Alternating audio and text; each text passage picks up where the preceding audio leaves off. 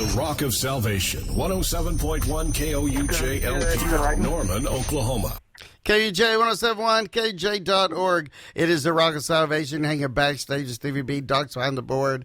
And man, do we have a treat for you. We are about to go to the phone lines with a band I've been so patiently waiting to get this interview, Doc. I've had it set up for a couple months now.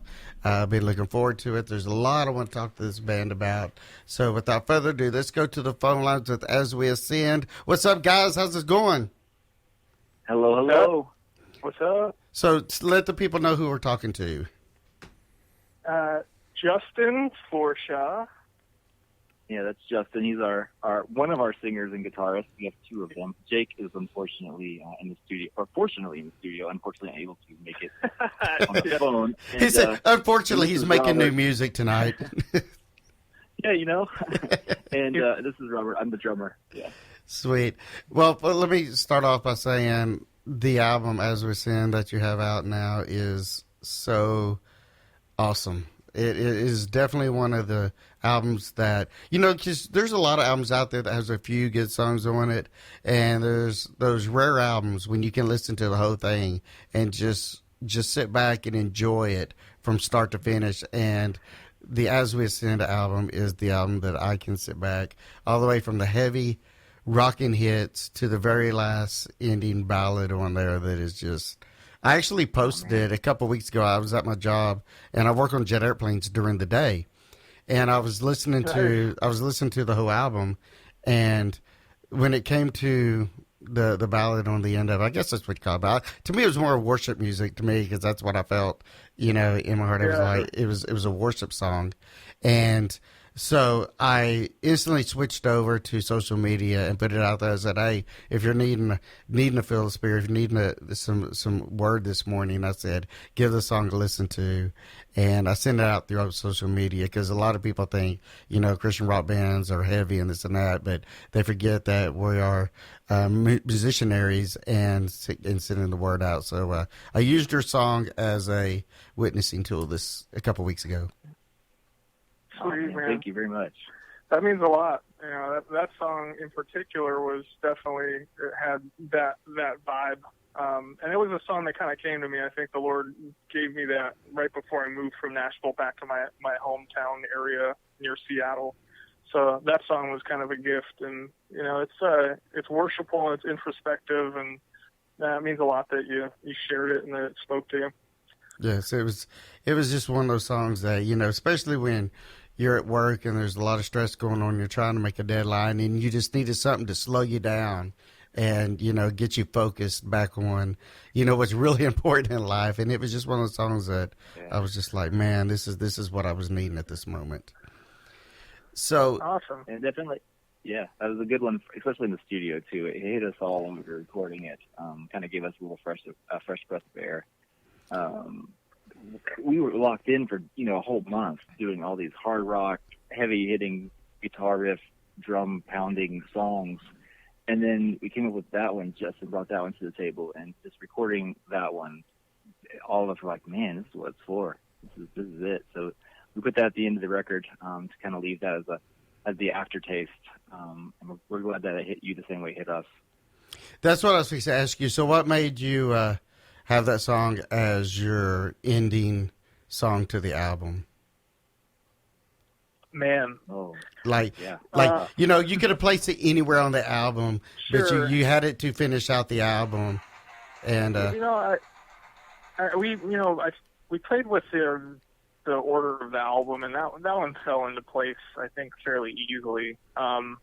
It's worshipful, but it's also kind of it's a life song. It's kind of a transition from a place. We wrote that album, all of us came into the album with a different point in life, and obviously Jake and I had transitioned from one band into a new band, and there was some baggage from the previous experience that we were trying to work through, and, we were emoting in the studio and trying to write. And we basically wrote everything in a month, all three of us just in the studio going at it.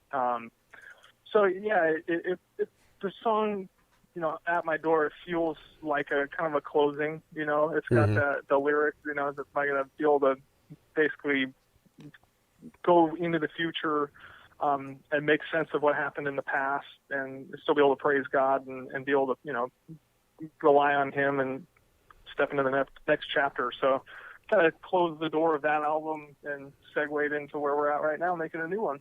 Right. And that's what, you know, I was thinking, I was like, because most people, if they know you as We Ascend or whatever, they know you're a heavy hitting band, you know, and to have something like that on that, you're not expecting it, you know, and then when it goes to that, it's just a great way to end an album. And I thought that was really cool.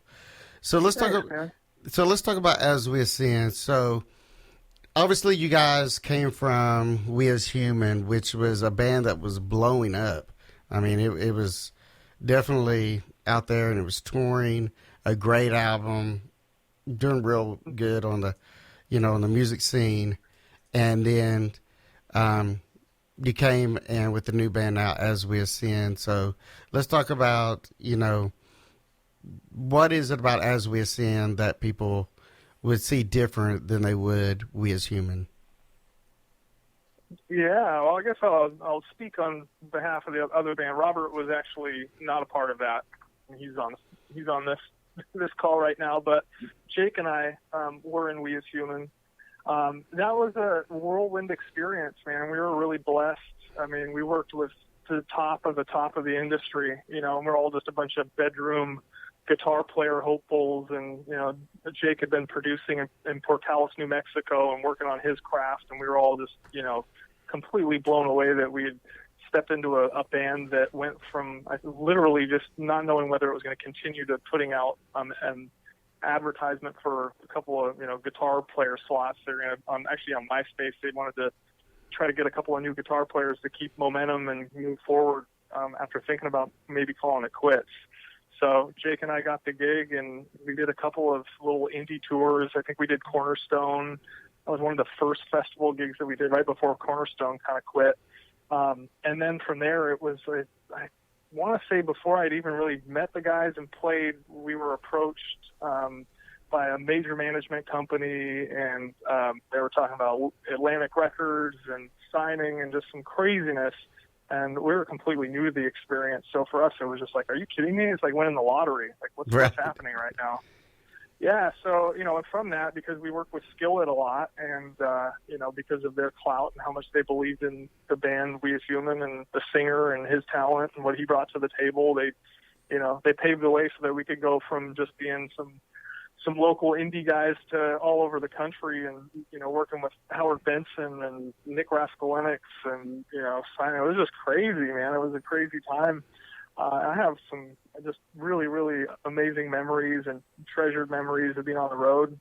There's also some regrets of just kind of seeing what the industry looks like and how people can kind of dive into a really unhealthy perspective on what life is about, and, you know, taking things for granted.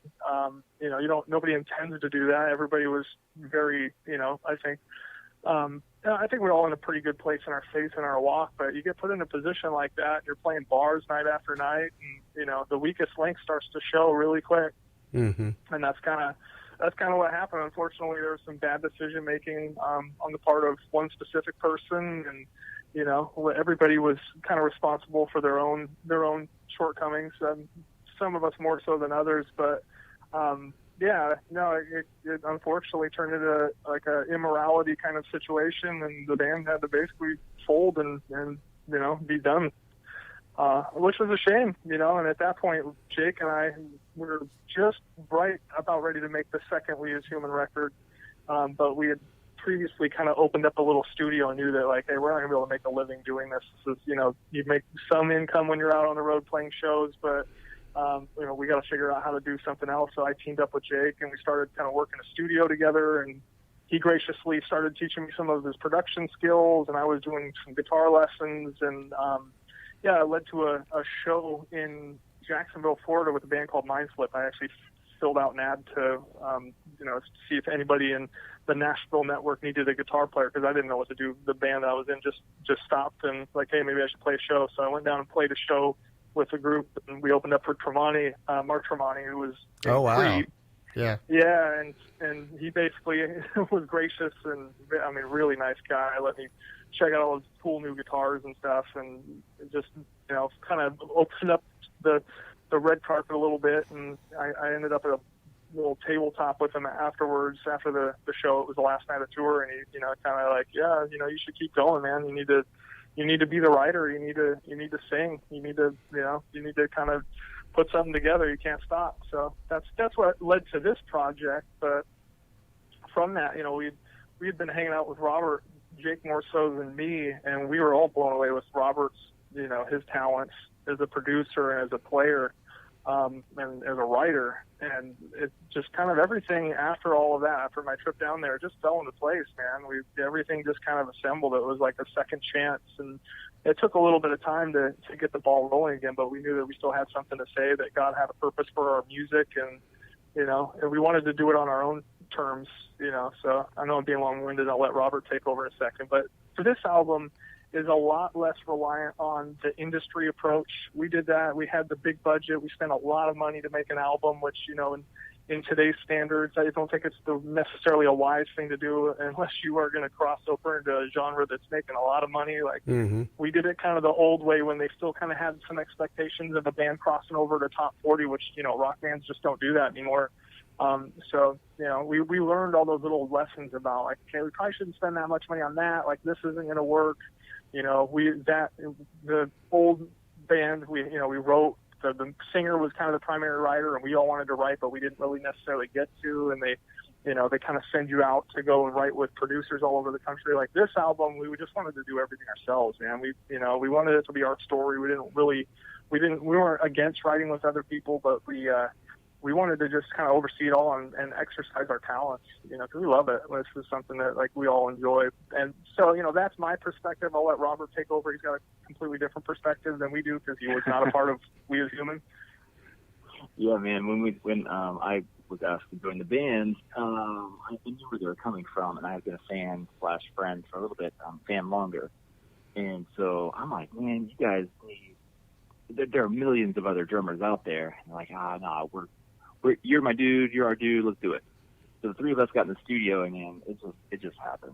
It was one of those things where God had his hand and his breath on everything we did, and we panicked. We're humans, so we thought about things, we worried about things, we wondered if things were going to pan out. But they did, you know. It wasn't our control, it wasn't our will. So once we stopped worrying about things, the music came together, the lyrics came together. We had an awesome co-write with Josiah from the band Disciple. And just the whole record came together quickly, which, I mean, all three of us produce music for a living. I've done it for 15 years, and you don't see that happen that quickly. That's not how it works. But it worked, and we were able to put it all together. We did everything ourselves, and even the artwork, and put together a huge crew of label executives, which were a whole bunch of people got in on the ground level with essentially a Kickstarter campaign for us, a pledge music campaign, and they supported us all the way from day one with the As We Ascend project, and we're working on project number 2, so we're excited about that. Yeah. I'm definitely excited to hear the new music, and you know, at KOUJ 107.1, bands have been really sending us. We've been debuting a lot of songs, so. We would really like to debut that brand new As We Ascend. So as soon as you get it ready, you got to send it to us so we can start get it on the radio.